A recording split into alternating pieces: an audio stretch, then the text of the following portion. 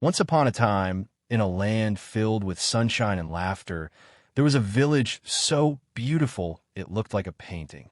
This village was home to King Obade, a ruler loved by all for his wisdom and kindness. His heart was as vast as the open sky, ensuring his people were happy and safe. King Obade had a large family with 2 wives. His first wife, Queen Aisha, bore him 3 daughters, princesses as radiant as the morning sun. His second wife, Oluchi, gave him 2 sons, future kings of the land.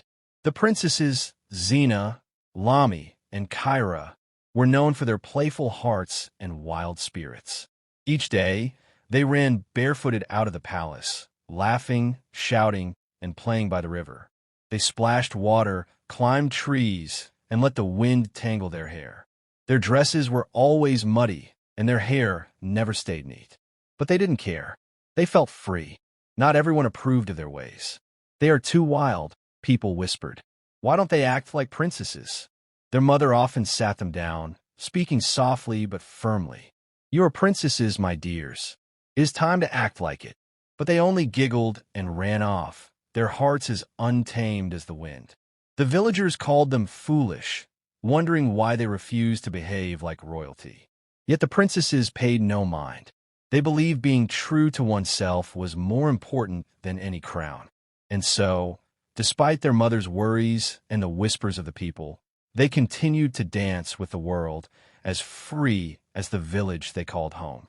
Every year, a grand festival took place, an event where their brothers would choose their brides.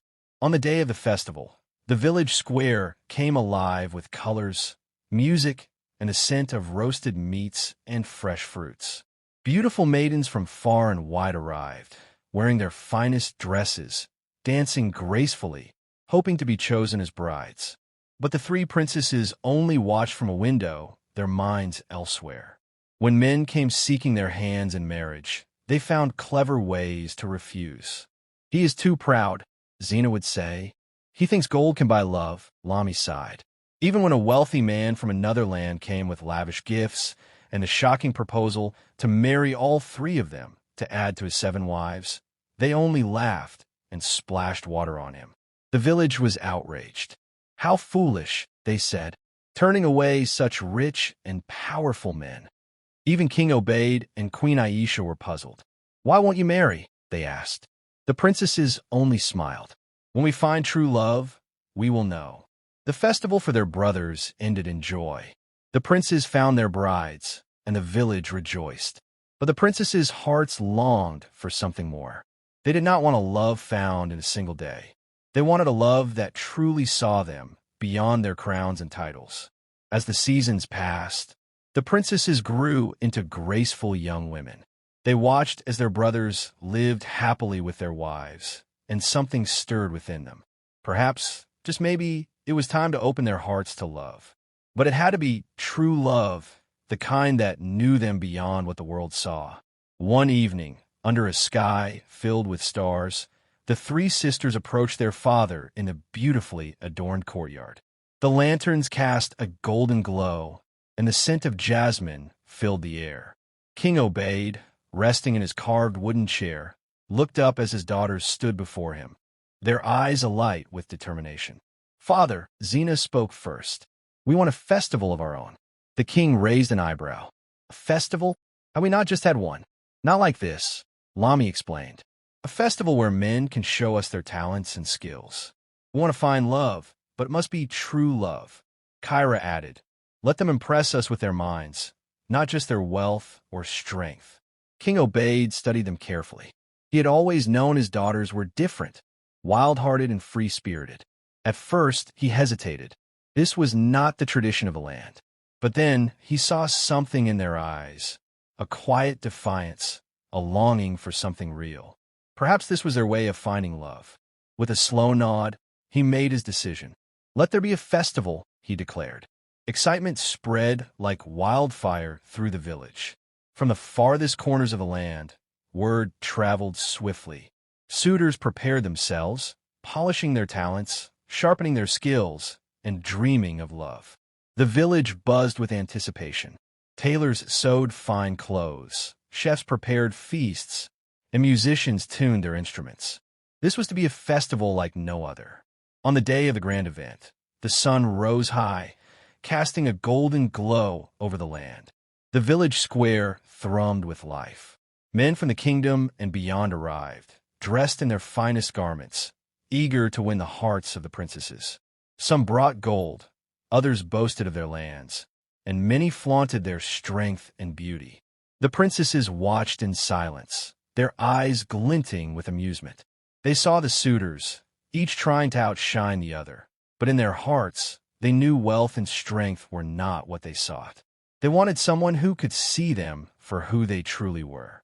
As the sun began to set, the princesses stepped forward. Zena lifted her chin and spoke clearly. "We have a challenge," she announced. "To win our hearts, you must do more than display riches and strength." Lami smiled. "You must discover our true names." A hush fell over the crowd. Names? But who knew the princesses' real names? They were known far and wide as the three foolish princesses. Their true names had been a secret kept within the palace walls. The suitors exchanged uneasy glances. They had come prepared to display their might, to impress with gifts, but guessing names? That was something none had expected. Murmurs spread through the crowd, a mix of confusion and intrigue. How would they uncover the princesses' names? Was it a test? A puzzle? The princesses stood firm, their challenge hanging in the air like an unsolved riddle. This was no test of riches or power. It was a test of wisdom, patience, and understanding. They wanted to see who would look beyond their titles, who would take the time to truly know them. The village buzzed with speculation. Was there a way to find out their names? The suitors looked at each other, their confidence wavering. The princesses watched, amused yet hopeful. They had turned the game on its head, shifting the focus from wealth to something deeper. As the festival came to a close, the suitors left with their minds whirling. They had come expecting to win the princesses through grand displays, only to find themselves facing an unexpected challenge. The princesses had made their desires clear. They sought love that went beyond the surface. And so, the village whispered of their clever test, wondering who, if anyone, would rise to the challenge. It was a story that would be told for generations. A tale of three princesses who dared to seek love in their own way. The challenge had been set, and now it was up to the suitors to find the answers. The quest for the princesses' names had begun. In a village where everyone was busy guessing and whispering about the princesses' challenge, there lived a man named Achara. Achara was known to all, but not for reasons one might expect. He was the village wanderer, often seen with a carefree smile, his days spent roaming, listening, and watching the world go by. Most considered him unremarkable, a man of no consequence. But beneath the surface, there was more to Achara than met the eye. When Achara heard about the princess's challenge, something stirred within him. He saw what others didn't, a chance, a glimmer of hope. Why not me? He thought. Why can't I win the hearts of the princesses? So, with a determination that surprised even himself, Achara set out on a quest to discover the true names of the three princesses. Day after day, Achara followed the princesses, not too close, just a shadow among the trees. He watched them laugh and play, their spirits as free as the birds above. But no matter how closely he listened, their names remained a mystery. They called each other by nicknames, their bond a secret language of smiles and glances. Then one day fate took a hand. As the princesses wandered near the forest's edge, the youngest, full of joy and mischief, didn't see the hidden pit before her. With a gasp and a tumble, she fell in, her laughter turning to cries of fright. "Help!" she cried, her voice echoing through the trees. "Please, someone!" Achara, hidden behind a bush, watched in shock. This was his chance, not to win a challenge, but to do something good, something right. But before he could move, he heard the eldest princess shout, "Zena, to the rescue." And then the middle one, "Lami's coming too." Achara's eyes widened. Names, the names of the princesses spilled like precious gems. He watched as Zena and Lami worked together, finding a long stick to help their sister. "Hold on, Kaira," they called, their voices filled with love and concern. With a heave and a hold, the sisters pulled Kaira from the pit, their arms wrapping around her in a tight hug.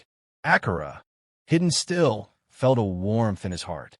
He had found their names, but he had also seen the love they shared, a love that went beyond any challenge. Filled with a new resolve, Achara stepped out from his hiding place, his heart beating like a drum. He knew what he had to do. With a shout that carried across the village, he declared, "I know their names, Zena, Lami, Kaira." The village turned in astonishment. Achara, the one they had overlooked, had done what none could. He had discovered the secret that lay at the heart of the challenge. It was a moment of triumph, not just for Achara, but for the princesses too. They had found someone who saw beyond the games, someone who had taken the time to truly know them. As the news spread, the village buzzed with excitement. Achara, once just another villager, was now the talk of the town. His strategy, born of patience and observation, had revealed the true names of the princesses. It was a story that would be told for generations, a tale of unexpected heroism and the power of looking beyond appearances. As the village gathered, eyes wide and whispers loud, Achara stood before King Obade, the princesses by his side. The air was thick with anticipation. Achara, once thought an ordinary man, held the attention of all. "I know the names of your daughters," he declared proudly. "Zena, Lami, Kaira." From that day forward, he was no longer just Achara. He was Prince Achara, the man who had won the challenge not with wealth or power, but with patience, kindness, and understanding. Before anyone could recover from the shock, Tund removed his tattered cloak. Beneath it, he was dressed like a prince. "I am Prince Tund from the kingdom of Oyo," he revealed. "I disguised myself to see beyond wealth and appearances. And I have found 3 women who are wiser than any noblewoman I have ever met." The villagers murmured in amazement. The foolish drunkard was no fool at all. King Obade, deeply moved, turned to his daughters. "My children, you have found a man who truly understands you. What say you?" Zena, Lami, and Kaira smiled in agreement. But Achara had one more surprise, a secret that would change everything. "I'm not who you think I am," he began, his voice steady and strong. "I am Prince Achara from a neighboring village." The village gasped, eyes turning from Achara to the princesses, then back again.